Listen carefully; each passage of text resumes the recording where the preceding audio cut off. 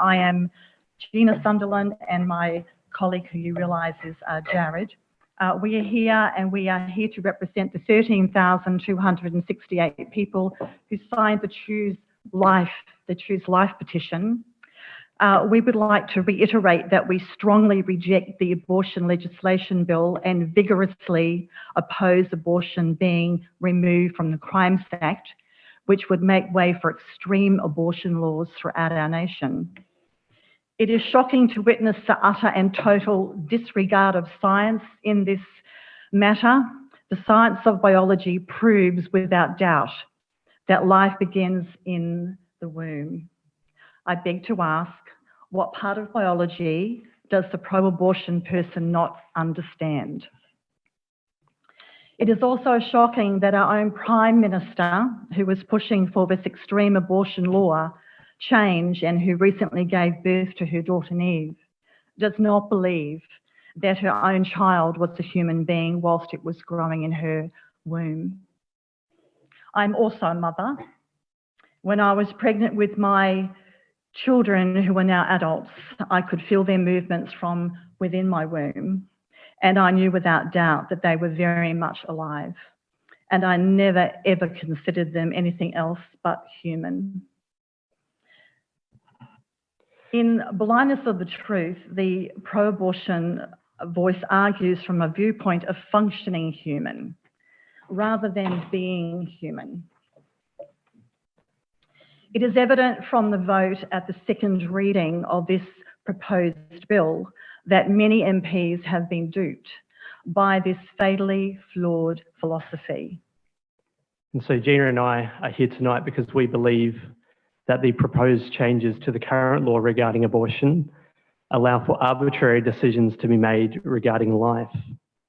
These proposed changes will make it easier for a greater number of moral wrongs to take place as the voiceless, most defenceless and vulnerable human beings are killed. We believe that at times the current discussion does not get to the heart of the issue, where arguments for the proposed changes are based on terms such as choice, privacy, bodily autonomy, and healthcare.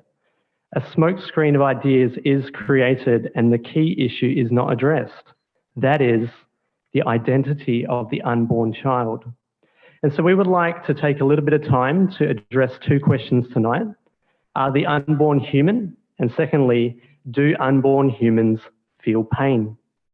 Now, scientifically, we know that from the earliest stages of development, the unborn are distinct living human beings who possess unique DNA. Leading embryology textbooks confirm this. Additionally, experts agree. Dr. Micheline Matthew Roth, Professor of Medicine at Harvard Medical School, states, "It is scientifically correct to say that an individual human life begins at conception." Also, the well-known Australian moral philosopher, Peter Singer, while fervently pro-choice, admits the embryo created from human sperm and egg is clearly alive and obviously human in the biological sense of being a member of the species Homo sapien. Since embryos and fetuses are members of the human family, difference of size, level of development, location, and degree of dependency do not provide the moral ground on which we can stand to justify taking the lives of the unborn. When it comes to size, while it is true that the embryos in the womb are smaller than newborns, how is that relevant? Do we really want to say that large people are more human than small ones? Doesn't such a position empower unjust discrimination? Is not unjust discrimination something our nation profusely rejects? In regard to level of development, we would grant that fetuses are less developed than the adults they'll one day become. But again, why is this relevant? 4-year-old girls are less developed than 14-year-old ones. Should older children have more right to life than their younger siblings? In reality, lawmakers and health practitioners concede on a number of levels that the unborn are human beings. Why is it we dissuade women from drinking, smoking, and taking illicit substances while they are pregnant? Is it not her choice? Or is it true to say these acts harm the life of a developing human being? We say developing human beings because of the abilities it possesses as development progresses. By week 8, the heart has been beating for more than a month. By 12 weeks, a baby can open and close its lips. The head can turn, the baby can yawn and suckle. By 16 weeks, there is full coordination of arms and legs. Even with generous estimates, we know that at 20 weeks, and most likely earlier, pain is felt by the fetus. Within the proposed law changes, we take issue with how it is implied that the unborn are of the same status as other body tissues or organs. However, how is this consistent? No other body part or tissue, given enough time, develops into a toddler, a teenager, or an adult. However, embryos and fetuses do.